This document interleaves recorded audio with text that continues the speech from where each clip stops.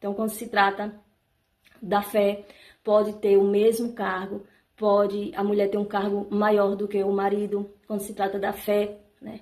O marido pode ter um cargo maior do que a mulher, do que a sua esposa, porque a palavra de Deus nos diz que todos nós somos um. E nós vemos na palavra de Deus, quando se trata de chamado também, né? Profeta, profetiza ali com o mesmo chamado, a mesma função, diácono, diaconisa também.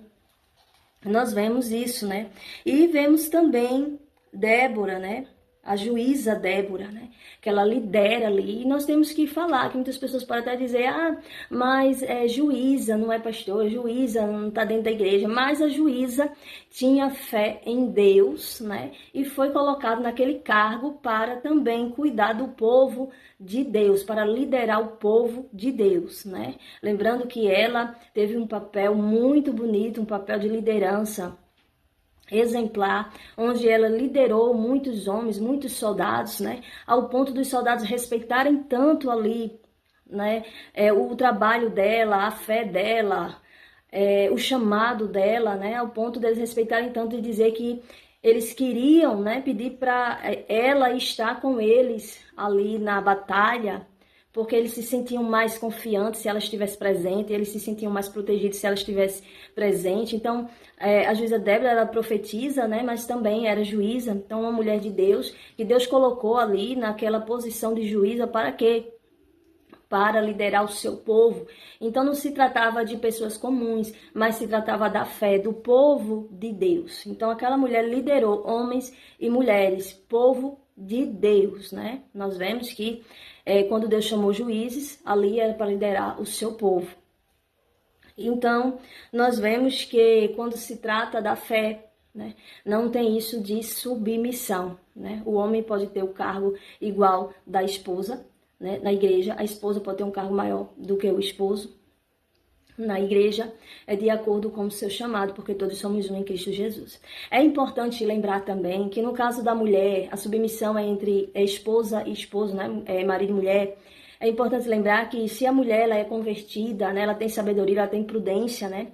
Ela não pode ser submissa ao marido que não é crente, né? No caso, tem que respeitar o marido, né?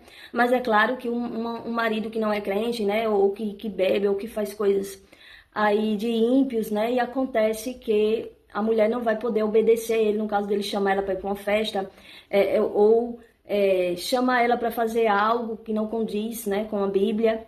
Então é claro que ela não vai respeitar, não vai ter ele como senhor da casa, porque ele não é convertido. Então essa submissão é para aquela mulher que tem um homem de Deus, né? Sacerdote da casa, um homem de Deus transformado. Então a submissão é para este homem e não uma mulher que é crente ser submissa a um homem ímpio, um homem que não compartilha, né, a fé dela em Cristo e que vai, claro, um homem vai ser imprudente e vai induzir ela, né, ao erro, a pecar. Claro que ela não deve ser submissa. Então tudo isso nós temos que aprender, para que a gente venha saber que existem casos e casos, e que a palavra de Deus, ela não vai ser dita apenas em um só versículo, num versículo isolado, ou numa situação isolada que aconteceu em uma determinada época, mas a palavra de Deus, ela abrange vários assuntos, e tudo que nós precisamos saber está na palavra de Deus,